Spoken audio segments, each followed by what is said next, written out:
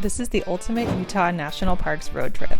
It's kind of hard to top Utah in terms of like beautiful outdoor natural things to see. Utah is home to some incredible sights, the most notable being its 5 national parks. The Big Five consists of Arches, Canyonlands, Capitol Reef, Bryce Canyon, and Zion National Parks. And I love them all so much that I've been many times in every season. This is cool. Really cool. Millions of visitors come each year to see the park's unique natural environments and iconic southwestern scenery, and what better way to explore it than on a road trip? Now, many people begin this road trip in another part of the American Southwest. I'm just going to start from where I was coming from in Las Vegas. So that would mean the first one that you come to is Zion National Park, and wow, what an amazing place to start. Zion has quickly become one of the most visited national parks in the entire US. I think it might be number 3 with millions of visitors per year. The main feature of Zion National Park's more than 200 square miles is the 15-mile-long Zion Canyon.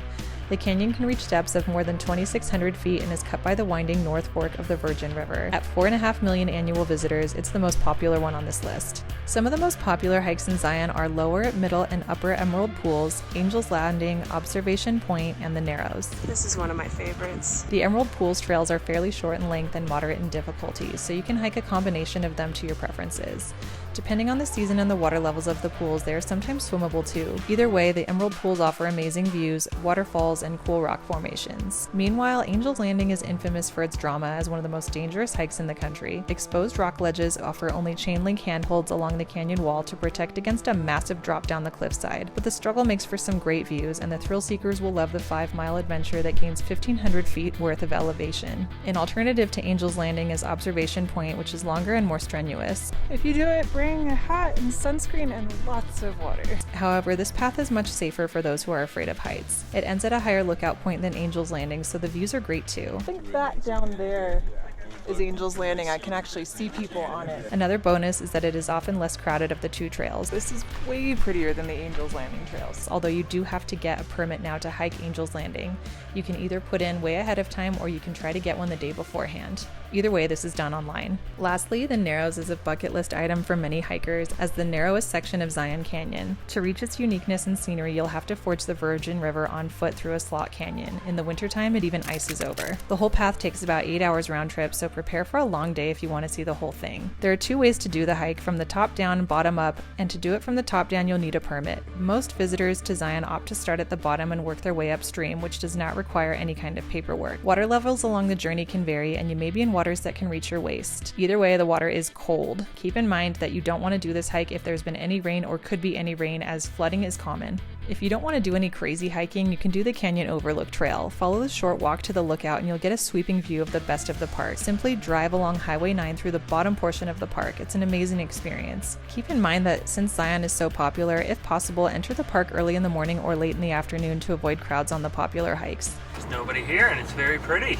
It's also the most popular in the spring when it's the least hot and it's not snowy anymore. But I really do love Zion with a coat of fresh snow. It's just stunning and you don't have to worry about the shuttles because the road is actually open. To see it in the snow is next level beautiful. Next is Bryce Canyon National Park. It's about a 2-hour drive from Zion and it will be even snowier if you're visiting in the winter since it's higher in elevation. It's famous for its tall rocks known as orange hoodoos and encompasses several natural amphitheaters carved into the edge of a high plateau. The uniquely shaped rocks formed over thousands of years by erosion and tectonic uplift look so fascinating. More than 2.5 million people visit annually. An 18-mile main road travels from the park entrance along the rim of the plateau with a series of 13 viewpoints scattered along it. Both sunrise and sunset viewpoints are beautiful really at either time of day. Perhaps the most popular hike in Bryce Canyon is the Queen's Garden Navajo Loop. The 3-mile track combines the individual Queen's Garden and Navajo hikes to take hikers both down and back up the canyon. I believe this is Thor's hammer, the single largest hoodoo. We happen to do this in the snow, and I do recommend that you do it with either spikes or if it's been super snowy and the trail isn't packed down yet, you might even need snowshoes. But I gotta say, it's very worth walking down Wall Street when it's got all of this beautiful snow covering it and these orange hoodoos. Another cool aspect of Bryce Canyon's hikes is that many of them are connected. They can be combined and customized to create the perfect length and difficulty of a hike. Whichever you choose, be aware that many of them are intense due to their steepness.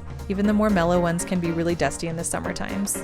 One nice thing is that the park has an elevation of about 9,000 feet, so temperatures can be cooler than the surrounding areas in the summer months, but that does mean it gets a good deal of snowfall from November to April. Next is Capitol Reef National Park. You guys, I absolutely love this national park. It's about 2.5 hours from Moab, and it sits directly west of Canyonlands. Capitol Reef is unique in that it is 60 miles long, but only 6 miles wide. Roughly 1.2 million people visit Capitol Reef each year.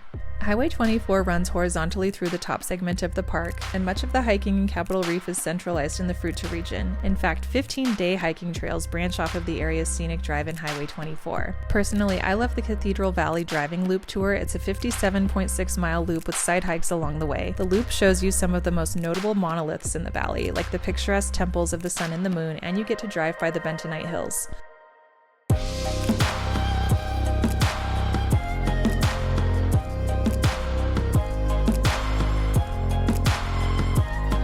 By the way, this drone footage is not actually of the Bentonite Hills in the national park, but I just wanted to show you what it looks like. Keep in mind that this road is only passable if it is bone dry. If it happens to be raining, which can happen in the winter and in the summer monsoon season, you might want to avoid because it's just a dirt road that can turn into clay. Next, we're heading up to Moab, where you'll find Canyonlands National Park. This is a huge national park with 527 square miles of cliffs, canyons, and other land formations by the Colorado and Green Rivers. The park has over 70 miles of hiking, and it's a fantastic spot for stargazing. It gets fewer than 1 million visitors annually. This is the Needles Overlook, which is one of the less visited areas, but just look at this beautiful sweeping canyon view. If you happen to be staying in Moab, you should definitely get to the Mesa Arch for sunrise. It's extremely popular. There's going to be plenty of people there, so you'll want to get there extra early, especially if you're visiting in the spring, because it's the most popular time and you want to get a good spot if you're going to be getting up that early. But it is so cool seeing the sunrise in this arch. Well, that is incredible.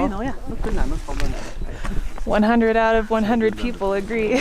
And if you're in the area, I know that this is not a national park, but I definitely recommend that you go to Dead Horse State Park. It is one of the most beautiful sunset spots in all of Utah. This is a pretty cool view. I didn't really expect this. Another thing that I absolutely loved doing in this area is taking a scenic flight over Canyonlands National Park. And we even had the opportunity to fly over Arches a little bit too.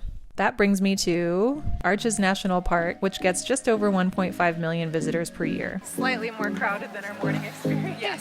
The most iconic arch is definitely Delicate Arch, a landmark so iconic it's even pictured on the Utah license plates. The park's desert location brings beautiful starry nights thanks to improving air quality and minimal light pollution. Arches is home to so many hikes, all with different sites, topography, and degrees of difficulty. Some of the most well-known hikes include the Landscape Arch and the Fiery Furnace. There's also an area where you can pretty much drive up to 4 of the most popular and iconic arches in the whole park. It's the Devil's Garden Primitive Loop Trail, where you see Private Arch, Partition Arch, Navajo Arch, Wall Arch, Double O Arch, and Dark Angel over this 5-mile loop. Dude, this is one of the coolest pit stops I've ever made just like in life. Even though Zion and Bryce get more visitors, I've always felt like Arches is one of the most crowded national parks just because so many people go to all of the same hikes. It's impressive, like you said, but you do have to manage expectations. But I absolutely love it at night. Check out some of these photos that I took there. Almost nobody was around. So that brings me to an important thing to know about Arches National Park. Arrival time can make or break your experience. Get there early or very late because there's usually very heavy traffic congestion at the entrance. And keep in mind that it's not just in Arches National Park where you can see some really cool arches. This is Corona Arch, and it's located on public land, and it's also a really cool hike to an arch that's not going to have quite as many people, especially if you go there for the early morning. There's nobody here. Utah is easily one of my favorite states. I've got so much other Utah videos on this channel. I go there and I solo camp all the time. I highly recommend that you go outside of the national parks as well. There's so much public land in Utah and just so much to see. So enjoy the adventure.